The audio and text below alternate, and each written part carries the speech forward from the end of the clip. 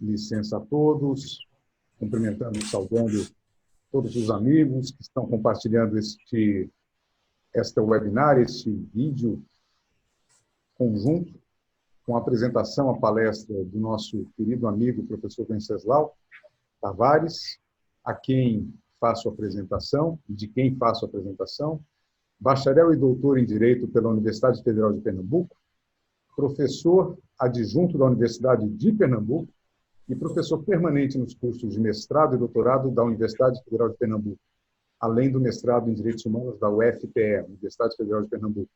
Advogado, ênfase em Direito Privado, membro de comissões da OAB de Pernambuco, diretor da Escola Superior de Advocacia, também de Pernambuco, diretor nacional da Associação Brasileira de Ensino do Direito, Federação Nacional dos Pós-Graduandos em Direito, vice-presidente da seção pernambucana da ADFAS, eu não sei se isso está atualizado, Venceslau, me perdoe, mas estou fazendo a leitura aqui do seu currículo na Lattes, né? E também membro de diversas academias, inclusive da Academia Ibero-Americana de Direito de Família e de las Personas, da Associação Norte e Nordeste de Professores de Processo e Associação Brasileira de Direito Processual.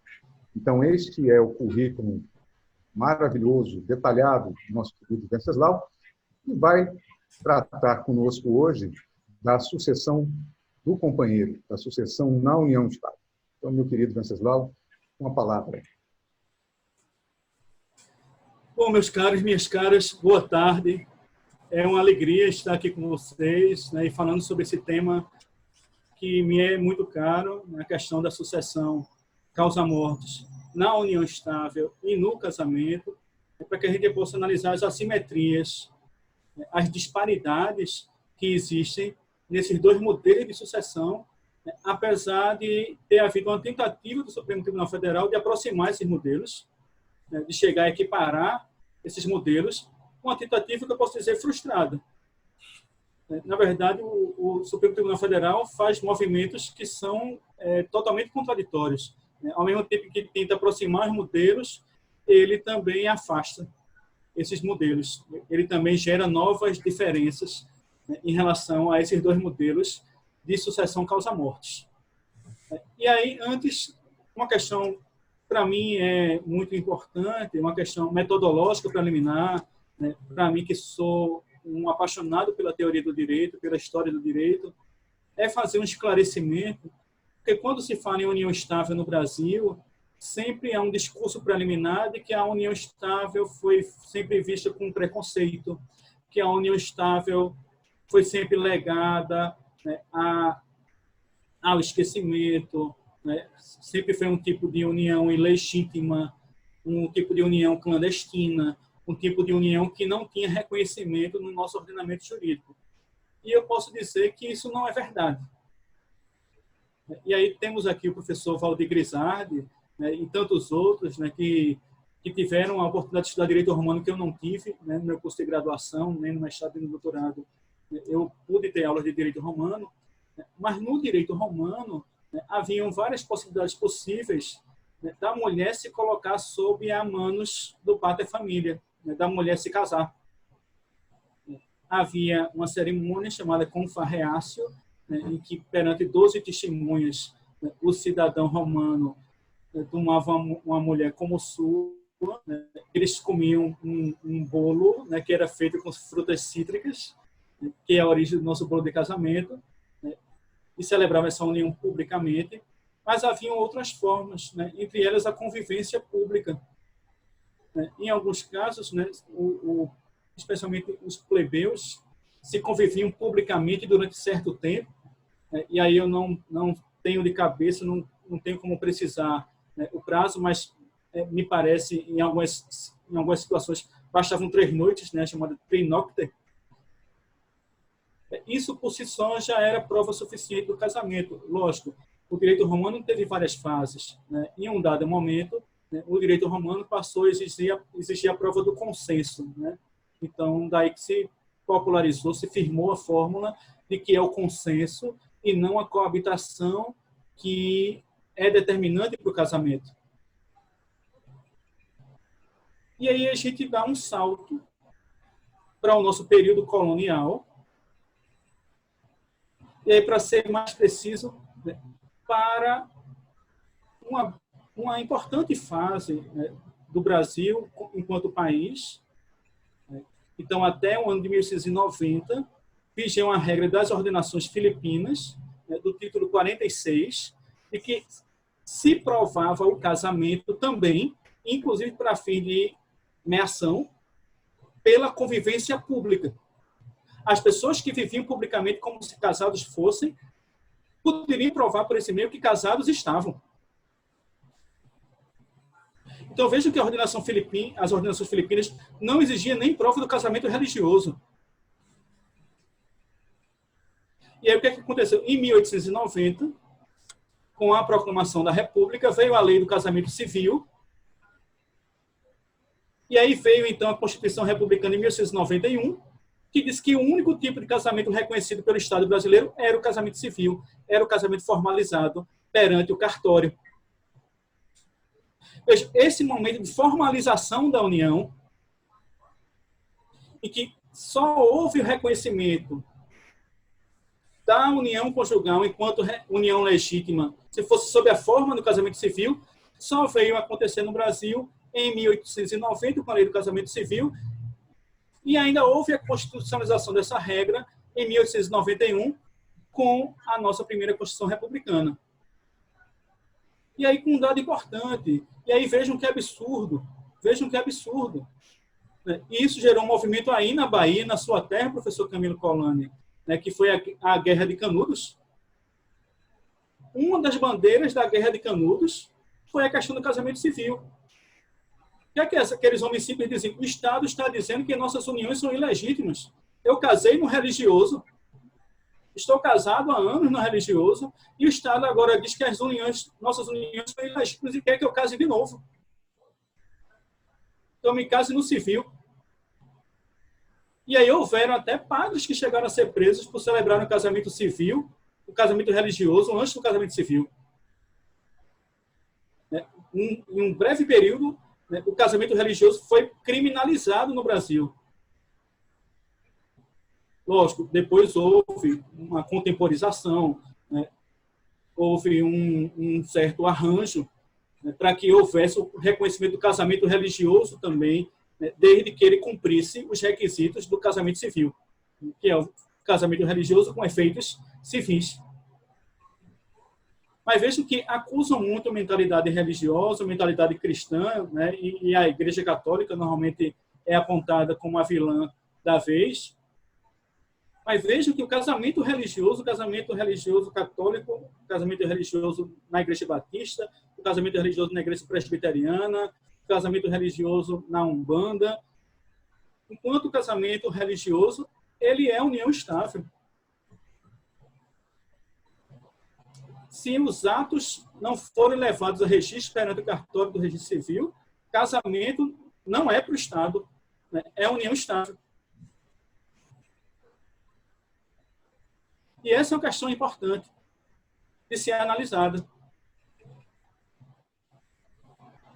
Porque aí há uma falsa acusação, né? Se levanta, então, um espantalho, né, de que é um absurdo, né? A nossa legislação sempre colocou a união estável na clandestinidade. Isso não é verdade. E eu posso dizer que isso é até um efeito negativo da constitucionalização. Vejam que antes de constitucionalizarem, e antes de laicizarem o casamento, porque a ideia do casamento civil é laicizar o casamento, havia uma abertura, né, até maior para as uniões de fato. Com a laicização e a constitucionalização do casamento, se fecharam várias portas, jogando-se várias uniões na clandestinidade. Esse é um dado interessante e a gente não pode perder de vista, né, essa questão. Agora, é verdade, em 88, a Constituição de 88 passou a reconhecer a união estável enquanto entidade familiar. E aí, como está lá no parágrafo 3º do artigo 226 da Constituição, a união estável entre homem e mulher é reconhecida como entidade familiar para fim de proteção do Estado, devendo o Estado facilitar a sua conversão em casamento. E aí esse é um primeiro dado que a gente precisa prestar atenção, de que foi vontade do legislador constitucional diferenciar a união estável do casamento. Não faz sentido o Estado facilitar a conversão da união estável em casamento se a união estável for idêntica ao casamento. Eu não preciso converter instrumentos ou institutos que são idênticos. Isso é desficiente, isso é desnecessário. Não faz sentido, é inútil fazer essa conversão. Eu converto aquilo que é diferente. Eu posso converter uma sociedade unipessoal em uma sociedade limitada, como existe a conversão lá no direito societário. Posso converter uma sociedade limitada numa EIRELI, mas não faz sentido converter uma sociedade limitada em uma sociedade limitada. É inútil. Se são institutos que trazem os mesmos direitos e deveres, se são institutos que têm as mesmas repercussões jurídicas, não faz sentido fazer esse tipo de conversão. E aí, o que é que aconteceu? E aí, esse é o segundo ponto que a gente precisa tocar, para que a coisa fique bem explicada. Durante muito tempo, o cônjuge não foi herdeiro necessário no Brasil. O cônjuge passou a ser herdeiro necessário, né, em um dado momento, né, e no Código Civil de 16, na ordem de sucessão, o professor Camilo Colani, né, que é um professor de Direito Civil raiz, né, estudou ainda pelo Código Civil de 16, assim como eu, né, sabe que havia aquela ordem, né, descendentes, ascendentes e o cônjuge lá no final. O cônjuge não concorria nem com os descendentes, nem com os ascendentes. O cônjuge ficava ali preterido em último lugar. E o casamento no Brasil até 77 era indissolúvel.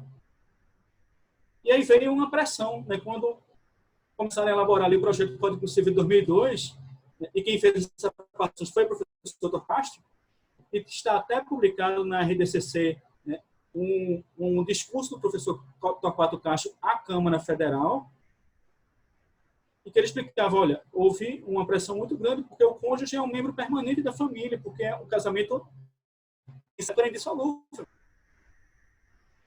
para que o cônjuge seja contemplado de forma equivalente aos filhos. Só que aí veio a lei do divórcio. O cônjuge hoje não é mais necessariamente um membro permanente da família. O casamento não é mais indissolúvel. Tem pessoas que acreditam tanto no casamento, como artistas, né, de quem a gente já ouviu falar, né, que já casaram 7, 8, 9, 10, 14 vezes. O cônjuge não é mais, né, esse membro permanente da família. Será que o cônjuge precisa ser herdeiro necessário, né, e um herdeiro que está no mesmo patamar dos descendentes, né, dos filhos? Isso é uma coisa que a gente vai trabalhar, né, vai estar discutindo internamente, né, uma proposta de PL, né, um anteprojeto, para atualizar a legislação em matéria de direito sucessório. E aí a professora Regina Beatriz está comandando essas discussões, né, sempre com muita elegância, né, e com uma sensibilidade, né, para as questões sociais, mas isso é uma coisa que a gente precisa refletir. E aí, veja, e se o cônjuge que entra numa união formalizada, né, como é a do casamento, né, em que há uma série de dificuldades, uma série de formalidades que precisam ser observadas para que o casamento precise ser formalizado, já não é mais um membro permanente da família, senão já há essa expectativa de permanência, de perenidade em relação ao cônjuge, muito menos em relação ao companheiro, muito menos em relação ao convivente na união estável. Lógico que essas uniões podem perdurar pela vida toda, e isso é o ideal, né? Isso é bom. É bom que haja estabilidade nas relações de família. Eu não estou advogando a dissolução, né, o rodízio, né, nas famílias, né? Não estou defendendo isso, mas é um dado da realidade. Há, hoje em dia, uma facilidade muito grande para a dissolução do casamento e mais ainda para a dissolução da união estável, porque a união estável é uma união de fato. Assim como a união estável se inicia pela convivência mora uxório, ela termina pela cessação dessa convivência. Basta um dos companheiros sair de casa. Basta a cessação da convivência para que a união estável deixe de existir. O juiz não decreta o fim da união estável, o juiz declara. A ação aí é declaratória. É diferente da ação de divórcio, em que a sentença vai ter um caráter constitutivo negativo. O juiz decreta o divórcio a partir daquele momento. Então, essa é uma segunda questão sobre a qual nós devemos nos debruçar. Então, já é criticável a elevação aí do cônjuge, seja ele homem ou mulher, ao patamar de herdeiro necessário e nessa condição de concorrência com os descendentes. E aí, no projeto de Código Civil, havia uma regra, que era o artigo 1790, a gente até debateu muito hoje no grupo da Academia Ibero-Americana, a professora Regina Beatriz, inclusive, conduziu muito bem esses debates. O artigo 1790 do Código Civil, ele trazia uma regulação diferenciada para a sucessão na união estável. Para os bens adquiridos onerosamente na constância da união estável e estabelecendo que a companheiro ou que o companheiro na união estável sempre teria direito a esses bens adquiridos onerosamente. O que é até uma condição melhor do que a condição lá do cônjuge no artigo 1829. Porque o cônjuge no 1829 ele concorre com os descendentes apenas se não houver casado no regime da comunhão universal ou no regime da separação obrigatória, ou se ele casou no regime da comunhão parcial, ele concorrerá apenas em relação aos bens particulares. Vejam que o companheiro na união estável, pela regra, pela dicção do artigo 1690, ele concorreria sempre, independentemente do regime. Sempre em relação aos bens adquiridos onerosamente, sejam eles particulares ou não. Então, além de poder ter um direito à meação, porque se aplica à união estável e regime da comunhão parcial, no que couber, isso até pode ser tema de um outro debate, não vou debater essa questão, se o regime na união estável é realmente igual ao do casamento, eu entendo que não. Mas, além da meação, o companheiro herdaria sempre, pela regra 1690, o que não se aplica igualmente à situação do cônjuge lá no artigo 1629, que só vai concorrer naquelas condições indicadas no 1629. Então, em regra, o regime sucessório na união estável era mais favorável aos companheiros do que o regime do casamento. Inclusive, existiam várias decisões judiciais considerando que essa regra era inconstitucional, porque a Constituição dizia que se devia favorecer a conversão da união estável em casamento. Ora, se o regime da união estável é mais favorável, haveria um estímulo às pessoas permanecerem sob aquele regime da união estável. Haveria um desestímulo ao casamento. Mas é interessante que até 2017, e eu escrevi um artigo sobre isso no Conjur, analisando a questão da necessidade de modulação de efeitos da decisão do STF no controle de constitucionalidade, dizendo, olha, até 2017, inclusive decisões do ministro Barroso, que foi o relator, diziam que a regra 1990 é constitucional, que se deve respeitar a autonomia, a liberdade das partes, que se as pessoas não quiseram fazer um testamento em sentido diverso e conviviam em união estável, o caso era de se respeitar a autonomia. Não caberia ao Supremo Tribunal Federal equiparar esses dois institutos. E aí é um dado interessante, A gente tem um Código Civil vigendo desde 2003, e está aqui a professora Regina Beatriz, que atuou diretamente com o deputado Ricardo Fiuza na revisão do Código Civil, então, a pessoa que atuou diretamente na redação do Código Civil. Então, desde 2013, a gente teve essa regra vigendo, para, depois de 15 anos de vigência, praticamente, Supremo Tribunal Federal dizer, eita, a gente descobriu que essa regra é inconstitucional. Que segurança nós temos? O Supremo Tribunal Federal, infelizmente, é um fator de instabilidade na jurisprudência. Em vez dele servir para estabilizar a jurisprudência, e essa é uma premissa do sistema de precedentes obrigatórios, ou seja, vamos seguir os precedentes do Supremo Tribunal Federal, porque eles servem, né, para dar essa coerência à jurisprudência. O Supremo Tribunal Federal é totalmente incoerente. Um dia decide de um jeito, no outro dia já rever e dizer, eita, me equivoquei. Como é que pode o Supremo Tribunal Federal manter uma orientação por mais de 15 anos e mudar de uma hora para outra? De uma hora para outra descobrimos que essa nossa orientação estava errada e que a regra era inconstitucional desde sempre. Isso é um absurdo e isso não tem cabimento. E é interessante que o Supremo Tribunal Federal faz essa equiparação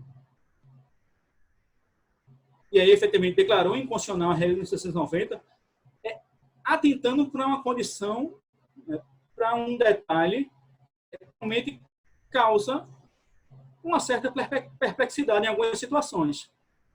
O litiquese era uma situação de uma senhora que era viúva do seu companheiro, falecido. Ela era a companheira supérstite. E esse companheiro dela faleceu, não deixou ascendentes nem descendentes. O único parente sucessivo era um colateral, que era um primo, um colateral de 4º grau. E pela 1990, o companheiro concorre com os colaterais, que aí não concorreria nos termos de 1629.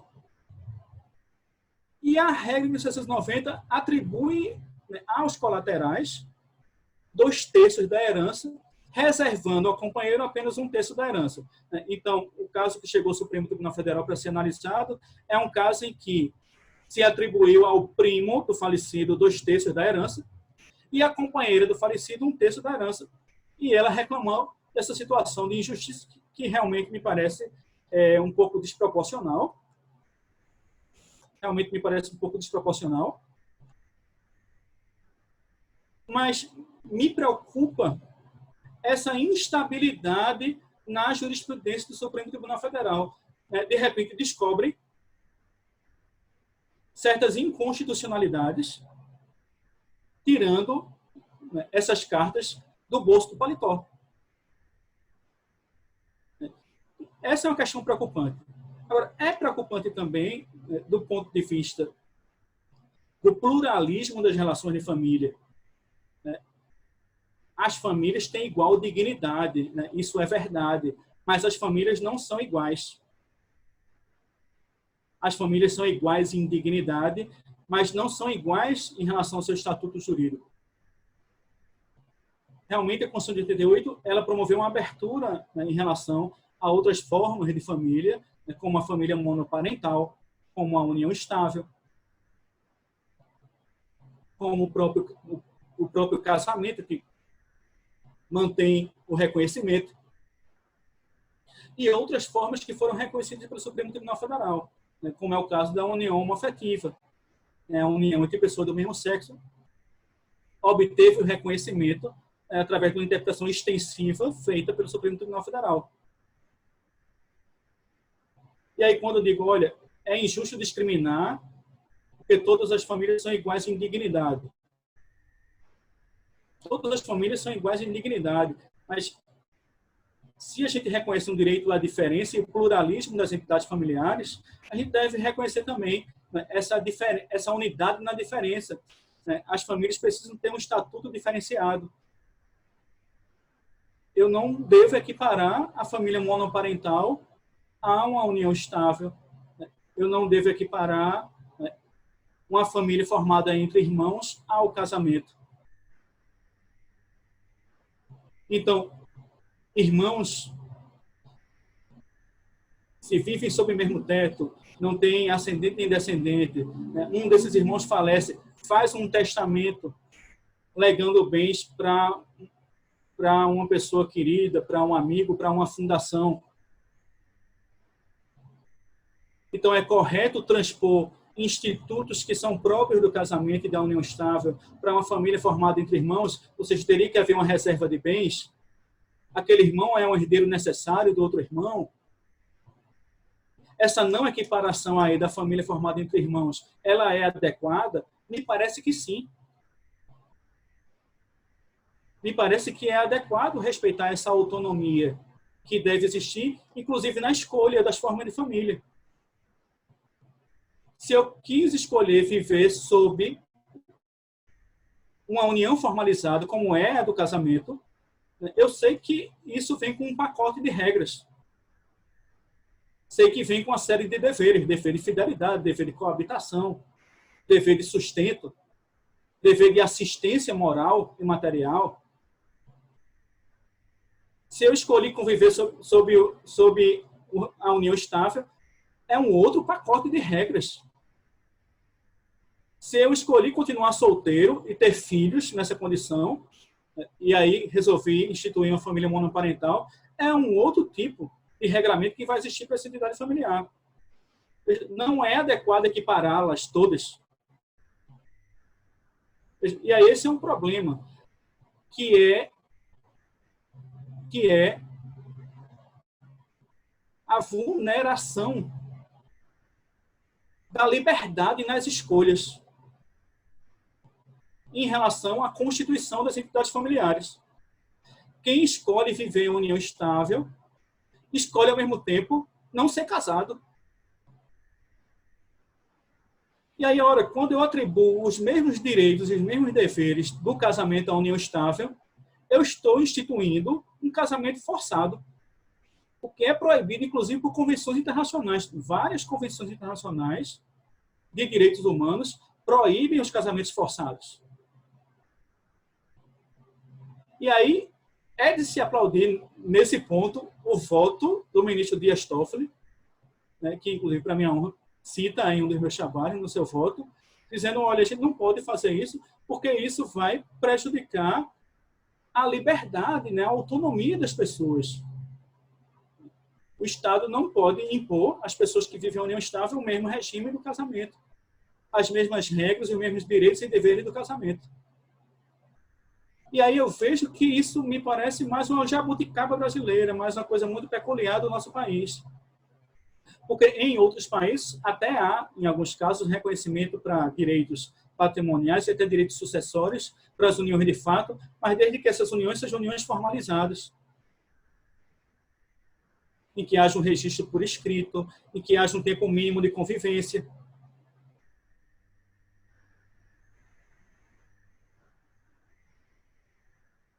Em outros países, não. Vocês vão encontrar um artigo meu no Conju, que eu publiquei, eu posso até disponibilizar depois, eu até peço ajuda a Bruno Borgarelli, que está aí assistindo, né, o nosso webinar, né, para que ele poste aí o link para que as pessoas possam acessar. Mais um artigo que eu escrevi para o Conju, um pouco depois, aí na sequência, né, do julgamento lá no Supremo Tribunal Federal, analisando a legislação de vários países, da Alemanha, né, da Inglaterra e do país de Gales, né, da Espanha, né, em que nesses países não há o reconhecimento de direitos sucessórios à união estável. Na Inglaterra e país de Gales, a não ser que haja a contemplação por testamento. Mas a lógica é, se as pessoas não quiseram casar, eu não posso atribuir direitos que são próprios de pessoas casadas para quem vive em união estável. Agora, eu reconheço que ontologicamente não há diferença entre a união estável e o casamento. O dever de lealdade que existe no casamento é a mesma fidelidade que deve existir na união estável. Até fiz, né, essa troca de propósito. Para mim, são sinônimos, né? A fidelidade que se existe no casamento é a mesma na união estável, apesar da regra do Código Civil remeter à expressão lealdade para a união estável, mas é a mesma exclusividade. em relação à convivência familiar, em relação às vivências sexuais e afetivas, a mesma exclusividade que se existe no casamento, né, a mesma entrega que se existe no casamento, em relação à assistência moral, em relação à assistência material, em relação aos cuidados com os filhos, deve ser exigida também na união estável. Eu concordo com isso, né, e isso é um aspecto ontológico essencial e existencial, né, até como dizem aí alguns juristas da moda. Não tenho dúvida que o ideal seria uma equiparação e que a gente tivesse uma figura como a do casamento de fato. Como o chamado Common Law Marriage, que é reconhecido em alguns estados americanos. Né? Então, no estado da Califórnia, se você vive como se fosse casado há 5 anos, se presume dessa convivência que você quis estar casado. E o Estado te considera como casado. Mas há uma lei para isso que estabelece um prazo. E equipara essa união ao casamento. E aí, quem não quiser estar casado, que cesse essa convivência, né? Pare de conviver, né? Depois desse prazo de 5 anos. Mas aqui não, aqui há esse esforço, e eu entendo que é um esforço que muitas vezes traz aí o argumento da boa intenção de proteger as pessoas menos favorecidas, especialmente as mulheres. Esse é um deles, Bruno. Mas tem um posterior. Tem alguns posteriores a esse, mas esse é um deles. Obrigado, amigo.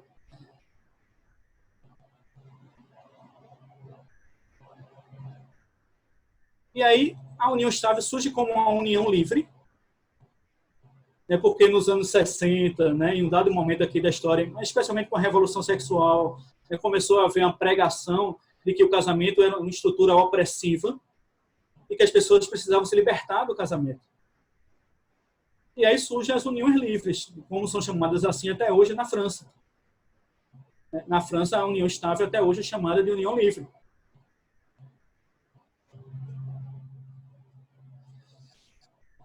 E aqui no Brasil, sob a desculpa das dificuldades para a obtenção do divórcio, né, resolveu-se reconhecer direitos à união estável. Né? Para mim, o ideal seria essa equiparação do casamento à união estável, só que o Constituinte não quis. O Constituinte diferenciou a união estável do casamento, tanto que disse que a lei deve facilitar a conversão da união estável em casamento. Agora, eu lamento porque, apesar dessa equiparação em matéria de herança, vejo que, por exemplo, em matéria de divisão da pensão por morte, um grupo de ministros do Supremo já se inclina por diferenciar a união estável do casamento, dizendo união paralela à união estável pode, com divisão da pensão. Se for casamento, não. Porque o dever de fidelidade só no casamento, viu? Veja, isso não tem lógica. Eu até ia dizer que é uma esquizofrenia, mas fiquei com medo de ofender os esquizofrênicos, né? Que são pessoas que têm problemas de saúde.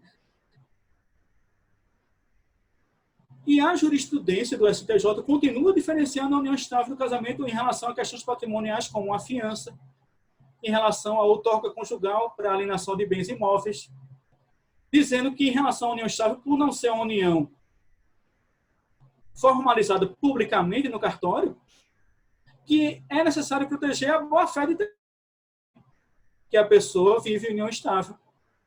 E chancela, admitindo a validade da alienação de bens imóveis por pessoa que convive em união estável sem a outorga, sem o consentimento do outro convivente.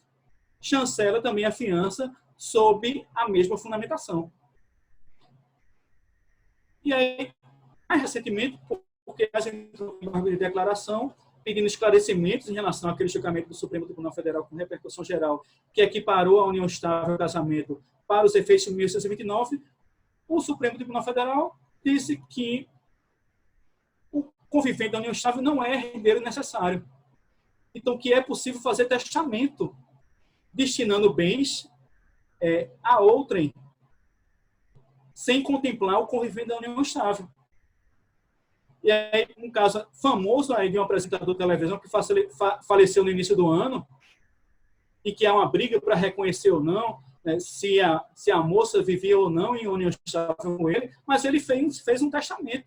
Se prevalecer esse entendimento do Supremo, ele realmente pode não deixar nada para ela, pelas regras do direito civil brasileiro, pelas regras do direito civil norte-americano, né, direito da common law, né, a gente até pode discutir um caso lá de influência indevida, que pode ou não levar à anulação daquele testamento.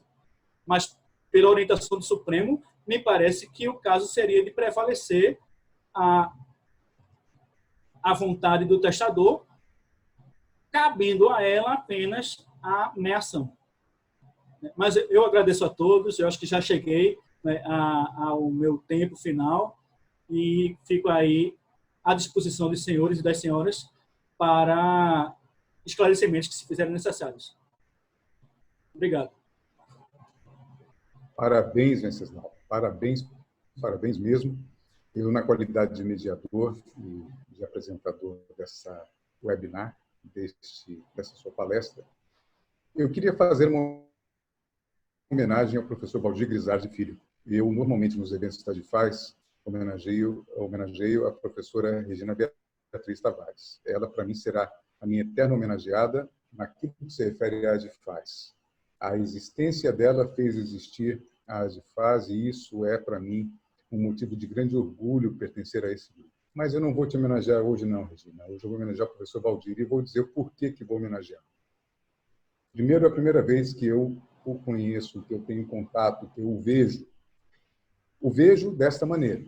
Mas, nos últimos 20 anos, se eu fizer uma estatística dos TCCs de graduação e mesmo de trabalhos de especialização e até de mestrado, eu poderia dizer que a tal da guarda compartilhada estaria ali em primeiro lugar. Alguns anos atrás, não. Estaria a união estável, uma afetiva, casamento uma afetivo, mas isso foi superado. A guarda compartilhada prosseguiu. Então, professor Valdir, o senhor receba hoje a minha mais intensa e orgulhosa saudação de conhecê-lo, de vê-lo, principalmente num evento na nossa de fato. Okay? Eu acho errado dizer mediador, porque mediador vai procurar duas posições, uma de um lado, outra de outro, para encontrar um meio. Eu prefiro chamar de instigador. Vamos instigar. Vamos perguntar coisas, por exemplo, que eu anotei aqui, Venceslau, que me são muito caras. Torquato Castro, um grande jurista pernambucano, talvez tenha dado início, sem querer, a toda essa polêmica exatamente pelo texto do 1829, que, descontado o fato da união estável, em si, ele é muito questionado, inclusive sob o aspecto da redação, da compreensão, da semântica. Por quê? Até hoje me faço essa pergunta. Por quê elevar o cônjuge a essa categoria? 1829 e 1845. Uma segunda que eu queria debater com você, e com os demais colegas, é óbvio, né? Existe uma questão política, ideológica, por trás da discussão da união estável no Brasil?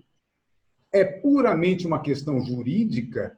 Ou será que a postura de ser ou não ser contrário a uma ou outra posição revela-se uma postura política ideológica? Como não mediador, mas instigador, queria te ouvir. Meu querido Camilo, você sempre muito elegante. Eu admiro as homenagens que você fez ao querido Valdir Grisardi. Me permita chamá-lo assim, professor Valdir. Recebo as homenagens de todos nós da AGFAS. Regina no filme, nós amamos também. Você é a nossa grande presidente e fundadora da AGFAS. Antes de te responder, tem uma pergunta aqui no chat do Henrique Ramos. Se na união estável com regime de separação total de bens, se há ou não a liberdade testamentária, eu entendo que, na verdade, em qualquer união estável, devido a esse entendimento do Supremo, né, de que a regra do 1834, né, aquela regra sobre os herdeiros necessários, não se aplica à união estável, é no sentido de que o convivente da união estável não é herdeiro necessário e que, portanto, basta o testamento para que ele seja excluído da sucessão. Agora, e ainda para a pergunta de Camilo, olha, Camilo, eu tenho adotado uma postura no sentido de tentar encontrar um meio termo para essa questão do cônjuge. Eu acho que houve uma reforma recente no direito previdenciário que a gente podia aprender com essa reforma alguma coisa do direito sucessório.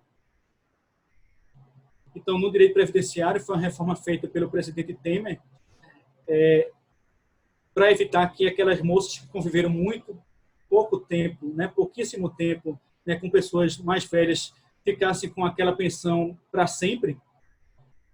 Ele estabeleceu ali certos graus, né? Então, a pessoa que tem menos de 40 anos, né, conviveu menos de 10 anos, né, vai ter uma pensão por tantos anos. E aí, só se você conviveu mais de 10 anos e tem mais de 44 anos, é que a pessoa ficaria com a pensão vitalícia. Eu acho que essa regra no direito previdenciário. Porque aí, no direito sucessório, se você está casado há 1 ano, há 10 anos, há 50 anos, mas se você está casado, você é herdeiro. E herdeiro necessário e concorre com os descendentes.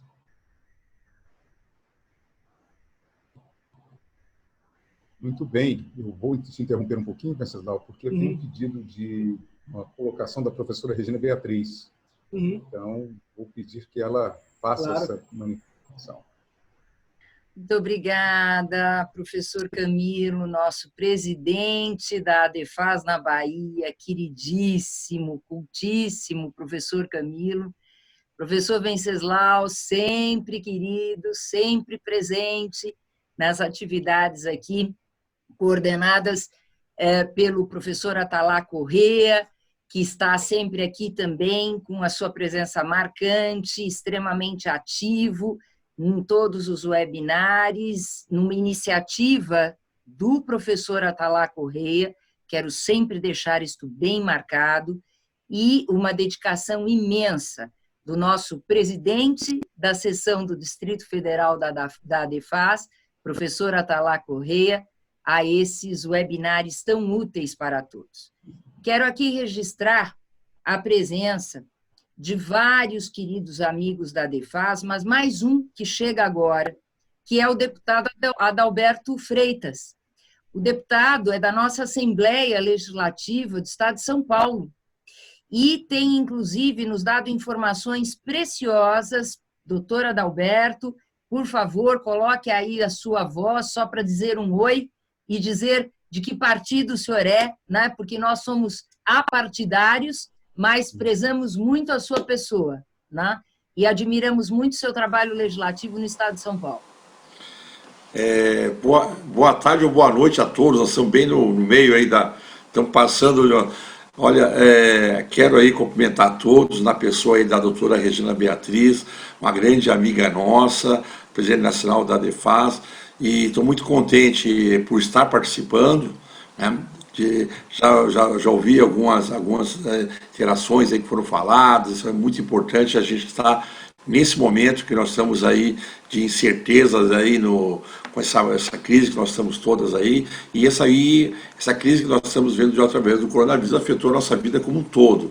Então é muito importante ter esses canais de comunicação aí. Fiquei muito contente, eu tenho acompanhado a doutora Regina Beatriz, não consegui participar de um outro, que a nossa vida também, como parlamentar aqui na Assembleia Legislativa do Estado de São Paulo, está um pouco corrida, né? Eu até pedi a gentileza para eu poder dar um alô para vocês, cumprimentar a todos, né? Que agora às 18 horas eu vou fazer uma reunião com a minha bancada. A doutora Regina Beatriz, eu não pude me apresentar, mas eu trabalhei 18 anos, 15 anos, desculpa, com o deputado federal Arnaldo Faria de Sá, e temos assim, uma gratidão imensa pela colaboração da doutora Regina Beatriz, que nos possibilitou, em 2014, aprovar o projeto da Guarda Compartilhada, ajudou muito né? Eu diria aí que se não fosse a intervenção, a ajuda, a cooperação da doutora Regina Beatriz, o projeto não teria andado como andou, da forma e foi aprovado como foi em dezembro de 2014. Deputado Adalberto, posso lhe dizer que toda a minha inspiração sempre residiu no professor Valdir Grisar Filho. Ele é o grande doutrinador da guarda compartilhada. Eu só fui uma artífice, só fui uma aluna dele quando contribuí com o deputado Arnaldo Faria de Sá nesse projeto. Olha, eu sempre penso que quando as pessoas de bem se juntam, só dá coisa boa, né? Então é um, é outro, cada um colabora com a parte, né? Então isso é muito importante, todo mundo pelo bem comum e deu tudo certo, né? E trabalhei nesses 15 anos com o deputado, continuando, né? Trabalhei com esses 15 anos, e em 2018, durante a eleição, eu fui candidato a deputado estadual, e aqui para São Paulo ganhei a eleição e estou na Assembleia Legislativa no primeiro mandato. Eu já continuo ainda com a grande interação com o deputado Arnaldo Faria de Sá, que ele não conseguiu se eleger, mas está aí, já eu acho que talvez volte agora para vereador, mas continua. Isso na época foi uma grande vitória nossa, e devemos não só a doutora Regina Beatriz, a todas as pessoas que colaboraram. Eu fui eleito pelo partido do presidente Bolsonaro, foi o PSL. Na época, inclusive, quem me indicou o partido certo para sair foi, na época, o deputado Arnaldo, que ele achou que eu teria um pouco mais de chance para ser eleito, né, por conta da mídia toda que estava se tornando aí em torno do agora presidente, né. E temos uma bancada aí na Assembleia Legislativa de 15 parlamentares, estamos brigando, estamos lutando aí. Olha, sabe que eu queria muito estar lá. Se me desculpa, Camilo, mas não posso perder a oportunidade. Em cada webinar eu vou fazendo ganchos, eu e o Atalá, aí, especialmente o Atalá, para termos próximos webinars, não é, Atalá? O que você acha de fazermos um webinar sobre ITCMD, ou Imposto de Transmissão Mortes-Causa, nos mais diversos estados? Já conversamos sobre isso, não é, Atalá? E podemos contar aí com a participação do deputado Adalberto, que tem conhecimentos a respeito do projeto, que parece que vai ou não vai aqui em São Paulo passar de 4% a 8%. Olha, eu posso garantir para vocês de primeira mão que não vai passar esse projeto. Esse projeto são de 2 parlamentares do PT, Paulo Fiolino e um outro, não lembro o nome dele, mas entraram, e obviamente todo projeto de lei, quando é apresentado na casa, ele obrigatoriamente tem que sair no Diário Oficial do Estado, né? E aí saiu, foi aquele alarde todo, o governo está querendo entrar, mas não vai. Já conversamos entre nós lá, ele tem que ir para as comissões, na primeira comissão que ele for, ele já vai ficar por lá mesmo, não vai avançar. Isso eu garanto para vocês que a grande maioria dos deputados estão exatamente contra isso, principalmente no momento como esse que estamos vivendo. Então, podem ficar tranquilos, tá? E, que nem eu falei, isso aí já está descartado, podem ficar tranquilos, tá? Então, assim, eu gostaria de, assim, mais uma vez agradecer pelo convite, doutora Regina Beatriz, e parabenizar todos vocês que são da ADEFAS, essa importante associação aí que faz um trabalho de peso no nosso Brasil, que nós precisamos realmente estar antenados com todo. Então, assim, podem contar com o meu apoio lá na Assembleia Legislativa. Apesar de estar no primeiro mandato, tenho bastante conhecimento que eu já vinha dessa área política. Podem contar comigo, caso precise de alguma coisa lá. Meu gabinete, hoje é o gabinete virtual, mas está à disposição, não dá para visitar, mas nós estamos aí com o gabinete virtual, a doutora Regina Beatriz tem meu contato, caso alguém precise de alguma coisa, podem contar comigo na Assembleia Legislativa. Então, quero agradecer mais uma vez, olha, parabenizo a todos vocês, desejo uma boa reunião, que eu estou indo para uma reunião daqui a pouco com a nossa bancada, que agora estamos discutindo lá um projeto enorme que vai sair de todos os deputados para poder ver o que é possível para poder frequentar, enfrentar essa crise. Semana passada nós conseguimos aprovar o projeto que reduziu o salário dos deputados de 30% e reduziu 40% a verba de gabinete, e mais algumas economias que estão sendo feitas lá, né? Então, acho que já foi um bom passo que a Assembleia Legislativa do Estado de São Paulo deu, um bom exemplo, né, de diminuir os salários. Não teve nenhum deputado que foi contra, viu? Teve um outro chorou, tal, que não queria, mas não teve jeito, a grande maioria venceu, tá? E acho que é o mínimo que a gente pode... Eu acho que é o mínimo que nós, como parlamentares, podemos fazer para abordar nesse momento aí, né? E eu também, eu tenho assim, eu fui eleito lá, são 6 deputados que vão fiscalizar também todos os gastos durante o estado de calamidade pública, todos os gastos do governo, e eu sou um dos 6 que vão fiscalizar. Então, vocês podem ter aí alguma queixa, se souber alguma coisa aí de desvio, que o dinheiro está aplicado, mal aplicado, foi para outro lugar que não deveria ir, eu sou um dos 6 que vai fiscalizar e vou estar junto lá, vou estar representando toda vocês e a sociedade como um todo. Então, pessoal, muito obrigado pela gentileza, boa reunião, que eu também estou indo para uma outra agora. Parabéns, na próxima eu quero ficar um pouco mais, para aprender um pouco mais com vocês, tá bom? Pode contar comigo lá. Fique com Deus, tá? Obrigado. Boa noite. Vá com Deus, bom trabalho. Obrigado, boa noite. Obrigada, Adalberto, muito obrigada. Tchau, tchau. Camilo, o que eu também gostaria, viu, Venceslau, de colocar é que toda essa definição pelo Supremo Tribunal Federal a respeito da não inclusão do companheiro como herdeiro necessário, ou seja, no rol de herdeiros necessários do artigo 1845 do Código Civil, deveu-se ao trabalho da ADEFAS. E exclusivamente ao trabalho da ADEFAS, com toda a oposição por outra instituição que trabalha com o direito de família e com o direito das sucessões. Oposição imensa foi feita no processo, em termos de amicus curiae ali presentes. Nós lutamos muito, primeiramente, claro, como colocou o professor Venceslau, e sempre com muito empenho, e não desistimos, né, em não incluir o companheiro na ordem de vocação hereditária, ou seja, não equipará-lo ao cônjuge, porque isto é algo brasileiro, e que não tem nenhuma correspondência com qualquer outro país, como bem falou o professor, que tem um precioso artigo publicado a respeito do tema, no direito estrangeiro também. Nenhum outro país, do nosso conhecimento, não é, Venceslau, tem esta equiparação da união estável ao casamento. No Brasil, nós já equiparamos, desde aquela Lei 9.278 de 96, aquela triste lei, triste, mal feita, mal elaborada, mal orientada, nós já equiparamos ali a união estável ao casamento na dissolução em vida.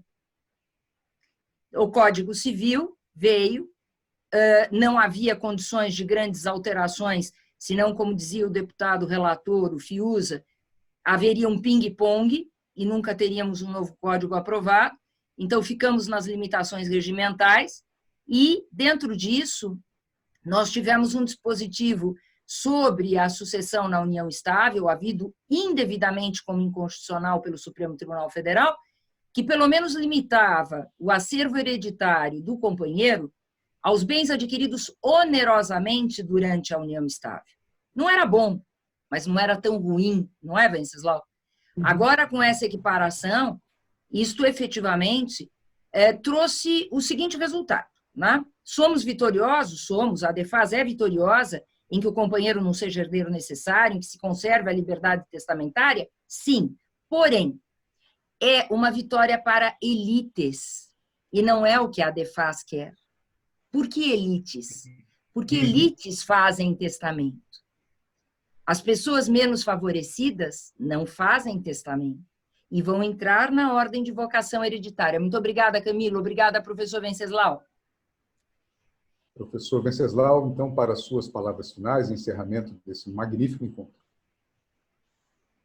Bom, tem algumas perguntas aí, eu não sei se eu vou conseguir responder a todas. Qual é o regime de bens se a união estável não for formalizada? É o da comunhão parcial no que couber, mas com dificuldades muitas, né, em relação à questão probatória. E alguém me perguntou, uma pessoa que constituiu união estável no regime da separação, acho que foi a pergunta da professora Maria Carolina Nomura, e como fica a sucessão aí.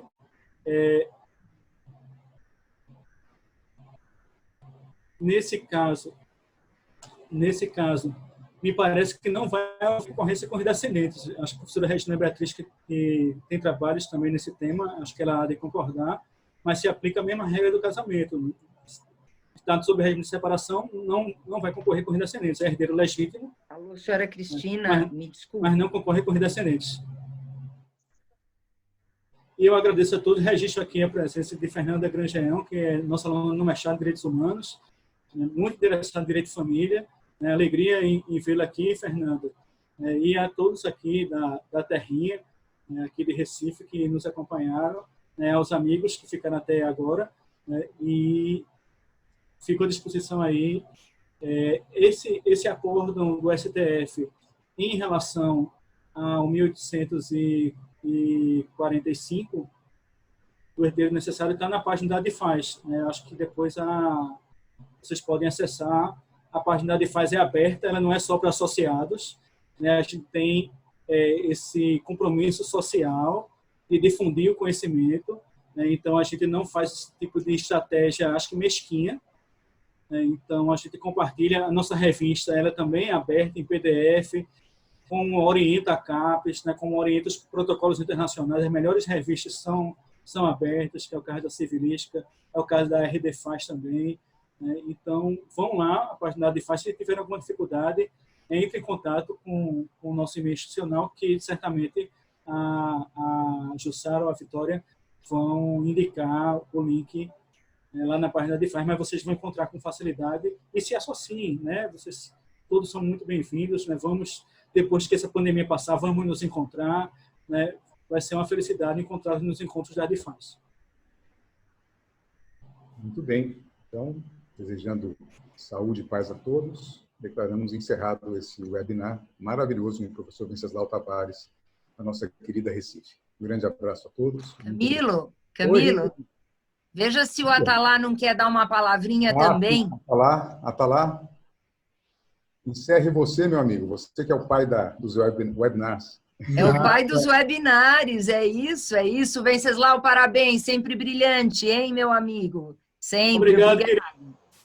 Eu acho que obrigado pela palavra, doutora Regina, doutor Camilo, Bruno, também aqui, querido amigo, Ricardo, todos os demais presentes. Eu talvez tenha tido a sorte de ter sugerido o webinar bem antes da crise, da pandemia, porque já vinha trabalhando com isso e, como a Regina diz, isso virou um sucesso. Eu acabei assumindo algo que era um projeto inicial e a gente acabou se colocando bem, dadas as circunstâncias que a gente vive. Obviamente seria um prazer encontrá-los a todos pessoalmente, mas já era difícil antes e agora está impossível. Eu fico muito feliz de ver o professor Venceslau, o grande amigo, falando aqui hoje sobre a mediação do Dr. Camilo, Dr. Venceslau participa comigo das discussões sobre quais vão ser os próximos temas dos webinários, juntamente com a Jussara, a quem eu agradeço publicamente também, e a doutora Regina. Mas nós estamos conduzindo isso, é uma felicidade, já falou o doutor Bruno, a doutora Ana Cláudia, muitos já falaram. E eu convido a todos para sugerirem temas, para participarem. O objeto é aproximar-nos um pouco mais, possibilitar debate, possibilitar ouvir, discutir. Já foi feito o convite, mas eu gostaria de reiterar o convite ao Dr. Valdir Grisardi para que fale em uma oportunidade sobre guarda compartilhada ou o tema de sua preferência. Doutora Regina vai... É esse o tema da preferência do professor Valdir, salvo o melhor juízo. A doutora Regina vai entrar em contato, talvez possa passar o meu e-mail, meu WhatsApp, para que a gente possa agendar e ouvi-lo aqui com muito prazer, aprendendo do senhor. É isso, eu agradeço a todos, espero que todos fiquem bem. Na semana que vem nós temos mais já agendados. Temos o webinar da professora Adriana Maluf, agendado já, e esperamos encontrá-lo a todos na próxima ocasião. Obrigado, Venceslau, obrigado, doutor Camilo, obrigado, doutora Regina. Obrigado, e olha, amigos. Atalá, deixa eu só comentar uma coisa. No próximo webinar da Adriana Maluf, a nossa instigadora ou mediadora, será a professora Ana Cláudia, que está aqui presente, nossa presidente da Comissão de Bioética da ADEFAS, que teve extremo êxito no último webinar. E eu quero também aproveitar para cumprimentar a Irma Maceira, né, que é vice-presidente nacional da ADEFAS, e mais essa irmã querida, que é a Andréa Mello, já considero assim, nossa presidente da seção do Piauí, da ADEFAS, sempre presente, e o queridíssimo Bruno, que não é irmão, mas é filho, né? O Bruno Dávila Burgarelli, que é nosso diretor de jovens acadêmicos da ADEFAS. E, Atalá, temos aí outros projetos, né? Mas esses ainda estão em segredinho entre nós, eu e o Atalá, mas em breve vocês vão ter novidades fantásticas, não é, Atalá? Isso. São mais projetos do que braço para fazer, mas a gente vai tentando. Um dos temas que nós temos proposto, eu acho que ainda vale a pena, nós tivemos um webinar, está gravado para quem tiver interesse, sobre a questão do planejamento sucessório. A gente tenta trafegar por vários temas, né, bioética, entre outros, e o tema do planejamento sucessório é de importância prática para todos nós. Então, nós sugerimos que houvesse um segundo tema, nós planejamos para o segundo semestre, é um tributarista que falou para nós, é um associado da ADEFAS, o doutor Ivan, mas talvez a gente possa também trabalhar aí com membros dos estados falando um pouco sobre suas realidades locais, já que o tributo varia de estado para estado e de local para local. Mas a gente pode organizar isso com mais calma. O meu e-mail está sempre à disposição de vocês, que é atalacorreia@gmail.com, para sugestões e outros temas todos. O doutor Bruno precisa voltar também, estou vendo aqui que ele está com vontade de falar. Obrigado. Boa noite a todos. Mais uma vez, um prazer em participar desse encontro. Cumprimentar o professor Venceslau, que enfrentou um tema que é difícil desde o seu nascedouro, né? Tanto que, até hoje, ainda suscita debates e discussões a seu respeito, né? E você enfrentou um tema com muita clareza e nos prestou muitas informações. Claro que nesse espaço de tempo não dá para esgotar o assunto, eu acho que no momento ele é inesgotável, né? E nós precisamos, por exemplo, uma concretude a respeito dos requisitos do reconhecimento da união estável, né? Alguns requisitos objetivos, mas o requisito subjetivo da intenção de constituir uma família, esse é um problema seríssimo, né? Ele pode acontecer em um curto espaço de tempo, como pode acontecer, ou mesmo não acontecer, em longas uniões de 20, 30 anos, né? Onde se questiona, não tiveram tempo de converter em casamento esta união? Então, essa é uma questão que sempre está em debate nos processos em que a gente tem acompanhado no fórum, né? Principalmente dos reconhecimentos post-mortem, né? Principalmente nos reconhecimentos post-mortem. Como é que nós vamos identificar esse propósito, essa intenção de converter aquela união de fato em família, né? Porque nós estamos tratando de fato. Fato é fato. Fato tem ele em si e tem as N versões daquele fato. Então, realmente é um tema muito difícil, muito complexo para ser enfrentado e que não vamos, eu acho que tão cedo, encontrarmos alguma solução. Haja vista aí, por exemplo, essa questão da equiparação, né, do reconhecimento de ser ou não herdeiro necessário o companheiro, né? Que até parece que em projetos que estão em andamento aí vem excluir essa possibilidade, né?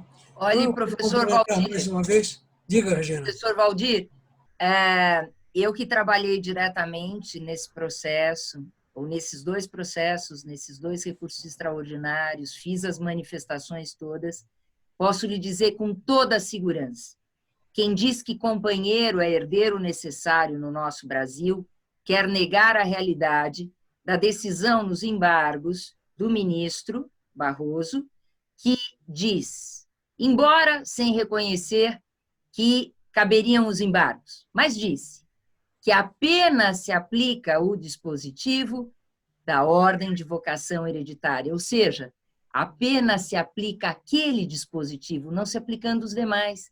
E o 1845 não está naquele dispositivo, né? Então, é tranquilo dizer que o companheiro pode excluir, sim, o outro companheiro no testamento. Não é herdeiro necessário. Agora, se não houver testamento e se não houver exclusão, estará na ordem de vocação hereditária. Tenha certeza disso, viu, professor? Obrigado. Então é isso, mais uma vez, obrigado a todos, boa noite e um bom descanso.